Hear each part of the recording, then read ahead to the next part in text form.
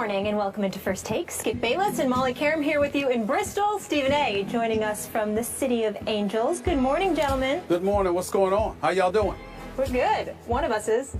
I'm not doing very well. And I want this on the record before this show gets started. I did not want to do the first topic on this show. You did.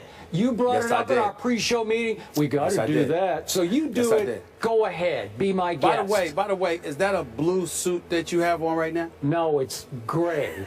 It's red. red. It looks blue. It looks blue. You sure? It's metallic. Not a coincidence? It looks like a little blue and gray up in there. Is that what you're wearing right now? No, it's bright blue. It's metallic blue in honor of my football team that I still love.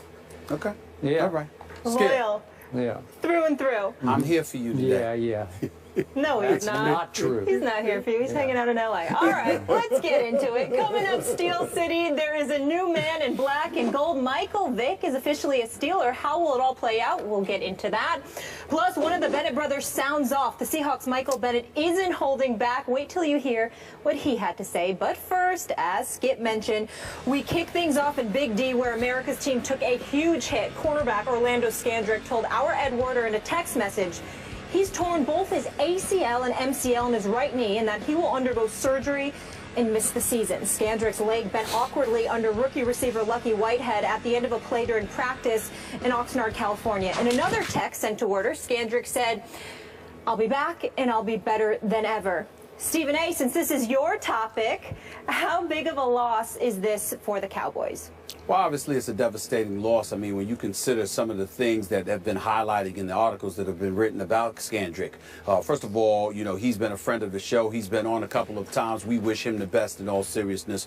All joking aside, we certainly wish him the best in the speedy recovery, and we don't wish this upon anybody. So that's the first order of business. Secondly, and more importantly, I think it's a devastating loss for the Dallas Cowboys, who had a suspect defense to begin with. And one of the reasons it was expected to improve this year was because of Scandrick, his ability to defend pretty much anybody, particularly receivers in the slot, knowing what not to do just as much as he knew what to do. What are the statistics here? 14 games last year, 55 tackles, 1 sack, 2 tackles for a loss, 9 pass deflections, 2 forced fumbles, and 2 interceptions. There's no question that his work to the defense is big time. There is no denying that whatsoever. But then when you consider the secondary issues that the Dallas Cowboys had to begin with, this is why they drafted Byron Jones in the first round. That was their first pick. When you look at it, I'm sorry, when they selected him in the first round, because they had questions about the secondary. You're talking about a guy like Byron Jones. So when you got Orlando Scandrick, when you got a Brandon Carr, when you've got an abundance of dudes that you've got to address, there is no question that you got to do something about it. So losing him, that just, as far as I'm concerned, really inhibits your ability to defend in the secondary, which was a huge question mark for them to begin with. Having said that, shoving aside Scandrick specifically as it pertains to his injuries, because we wish him the best.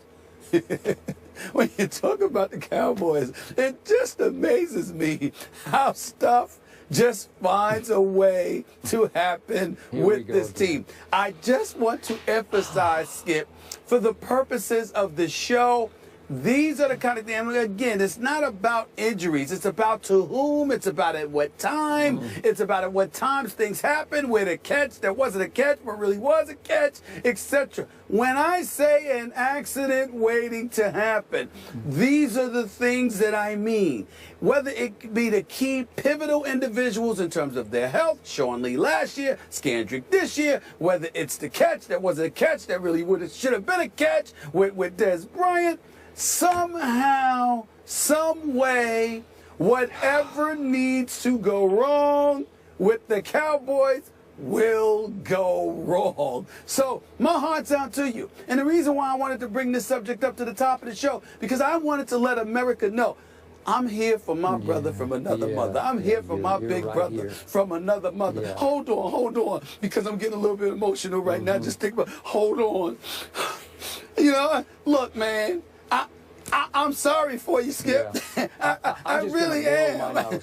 I swear. I really am, Skip. Yeah. I swear to you, I'm really sorry, because I want you to be okay. I want your Cowboys to be okay. I don't want to win the Super Bowl, but Listen, the NFL is better when the Cowboys are better. America is better when the Cowboys are better. Yeah. And anything that impedes their ability to be great, I understand, is a bit bad for the rest of us. So, you know, again, my heart goes out to you. The Brandon Carrs, the Morris Claibornes of the world. We hope, you know, folks will step up. We hope the Byron Jones of the world. We hope folks will step up because Scandrick is a tremendous force. But in case they don't, I'll do you this favor, Skip. I will make sure to repeatedly point out Scandrick's absence as justification for their struggles. I'm sorry. Are you finished? Yeah. I don't think you are. I get sick and tired of sitting in this chair and hearing accident waiting to happen as if it's a broken record. Because my Cowboys this year, they're just going to break a lot of records, real records, like on the field records. You just wait and see. So let me ask you this. Are the Green Bay Packers an accident waiting to happen after we saw what happened to Jordy Nelson? Freakish injury? Is that what you're going to tell me all year? They're an accident waiting to happen? Are the Green Bay Packers waiting 18-plus years for a Super Bowl? It seems like it's been 18 years since they won one. I know it seems that way, but factually speaking, it is not. It's 5. No, that's true. Yes. Okay. Yes. And are the Carolina Panthers an accident waiting to happen? I could go around the league. Everybody, this happens to everybody Miami. at some point. Miami, is that an accident waiting to happen? And back to the way Molly set up this question, she called this a huge hit. You call it a devastating blow.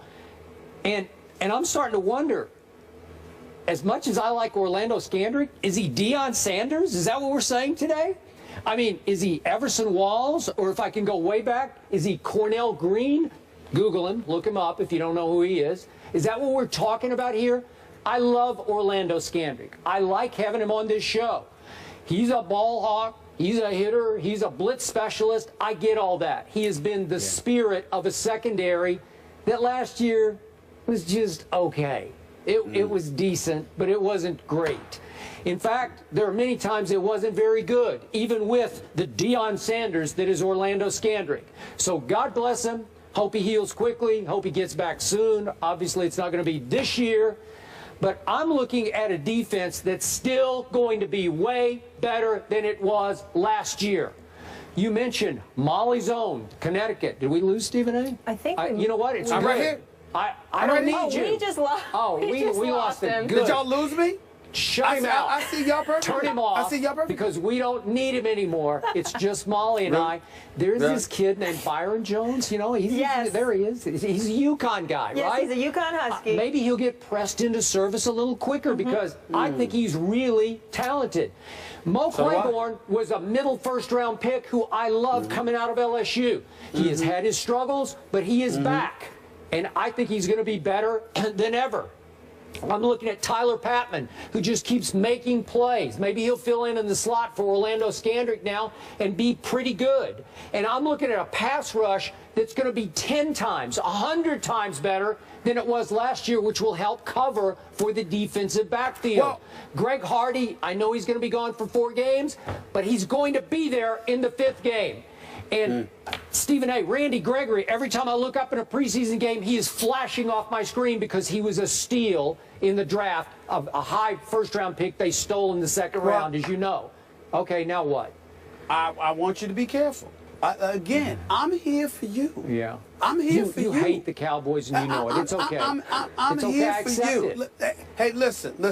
I love watching events at this stadium. It's the $1 billion playpen. I think it's the modern version of the Roman Coliseum. When we're long gone, you know, decades if not centuries from now, they'll be talking about the $1 billion playpen that is that of Jerry Jones. There's no question about it. But and listen, but let's think about who you're relying upon here. I like Greg Hardy as well. I think he's a big time player. There's no question about that. We have to hope he stays out of trouble. Randy Gregory, okay? I definitely think he was a first-round talent. Very disgusted with him because of his behavior, but I know that he's a first-round talent and he's big time. But Skip Bayless, when you struggle to stay off the weed, I don't know if you want to rely upon that when we're talking about the Cowboys. Morris Claiborne, fresh off of torn patella. Fresh off of that. You know, they say he's guaranteed. He's ready. Obviously, he looks all right in training camp, etc., etc. But he's fresh off the torn patella now. So you got to worry about that. Okay, you got to worry about that. So I'll give it to you. The talent is there to offset the loss of Scandrick. But there are issues you know good and well, week to week. You're going to be reading the headlines, praying that these brothers can maintain discipline and consistency and focus. And that is a lot to ask, especially when it comes to the bright lights that come associated with the Cowboys, okay? So let's be clear.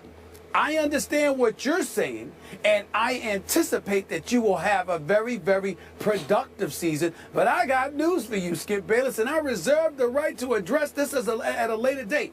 I have told you that the Dallas Cowboys would win the NFC East. But it's not just Scandrick. As I sit here and listen to you, combined with what I'm seeing from the Philadelphia Eagles, I just might change my mind about who's going to win the NFC East before this season begins. Stay tuned. We're going to stay tuned for this topic a little later in this show. Who's now your favorite in the NFC East? And we'll see if you switch. We adding that? We adding that? No, it's already in there. You got to stay up to date with what's going on in the show. You're way out there in La La Land. We get that. You're okay. He's chill. You're okay. But you failed to mention one other troubled player that I have coming back after 4 games. Rolando McClain was the best player on my defense last year. He's got a little 4-game suspension he has to serve. Am I going to bank? Am I going to bank on him? I am. I am. Because I think they're all going to shape up and fly right in this defense with the return of a Sean Lee. And you can say, oh, he's been hurt, he's been hurt, he's been hurt. So Sean Lee. I'm going to trust him. I'm going to bank on him also this year. So Sean Much Lee improved on defense. Sean Lee and Claiborne with the injuries, coming back from the injuries. Then you got at least 2 dudes that struggle to stay off the weed. And then you got Greg Hardy. That's 5 dudes on the defensive side of the ball. And you sit back. And you sit back. I trust them. I trust in Dallas, Texas. And, wait, I'm going to help your case one last time. I'm going to throw in one other dude. I'm going to trust Joseph Randle to be my starting running back. And we know what he shoplifted. He can play. I know what happened. I get it. He's okay now. He grew up. I don't have a problem with him. He grew up. And I'm going to take him to the bank. Look. Joseph Randle, it ain't a matter of growing up. He got himself in a predicament where he needed to run to the department. No. You brought it up. Let's educate the folks. I gave this to you. Hold it. Let's educate Silver the platter. folks. Here. All right? Let's educate the folks. The brother might need to, you saying he need to grow up. No, he just caught himself in a compromising situation where he needed to rush to a department store to steal some cologne and a pair of drawers. Now you figure out why that is. I mean, I'm not even holding it. I don't even consider the brother a thief. He just got caught in some situation. He tried to cover up something. All I care about That's all that was. All I care about is every time he touched the football last year, 7 yards. 7 yards. Right. That's fine. That's Taking fine. him to the bank. All I'm saying to you is that's 6 different dudes, if not 7 different dudes. So you got to hope that some dude don't get himself in a compromising situation where I ain't gonna put his business out there, but we all can imagine why he went and stole a pair of drawers and some cologne. Okay, that's number 1. Then you got 2 dudes, if not 3, with injuries. Then you got 2 dudes that can't stay off the weed, and you got Greg Hardy.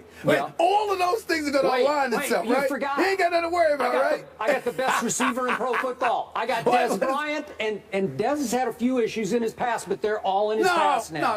No. Des don't belong a part of that conversation because he's been a model of consistency for years. I got nothing but love for Des Bryant. But and not only that, all of those brothers, I'm not getting on them. You know, I wish them all well. I don't root against them on that level. I don't want them to get in trouble. I'm just simply saying, think about this. Skip Bayless is rigid and regimented as it comes. Skip Bayless, who is, I'm talking about somebody with a strong moral compass in terms of sticking to your beliefs and walking that walk and talking that talk every day. Skip Bayless, who will sit there and somebody breathes wrong, Skip is all over them. He's like, oh, I don't know about them. I don't know about them. You got 7 different dudes on your team, okay, that you need to rely upon somehow, some way to be consistent and healthy and focused and disciplined in Big D. In Big D, and none of that's gonna go wrong. None of it, right? Nope, it's all meant to be. Oh, this is hilarious. Oh, this is hilarious. I can't wait. Good luck with that skip. Remember my last words, Molly. Okay. Accident waiting to happen. When it needs to happen to derail the Cowboys, you can book it. It's gonna happen again. You can just mark it down. Stephen A, though, listen up. If it's any consolation, we talk about that playpen. They open up the season against the Giants at Jerry's World Sunday Night Football. The Giants have 6 notable injuries on defense, 3 DBs, so they can relate. Hey, Molly, it doesn't matter. The Dallas Cowboys could end up winning the division. They could end up going to the playoffs. I'm telling you. When it counts most, when you're at the height of expectations, they will disappoint you. You can book it. You can book it. All right, I will remember that. We go from one of Stephen A's teams now, the Giants, to another. Michael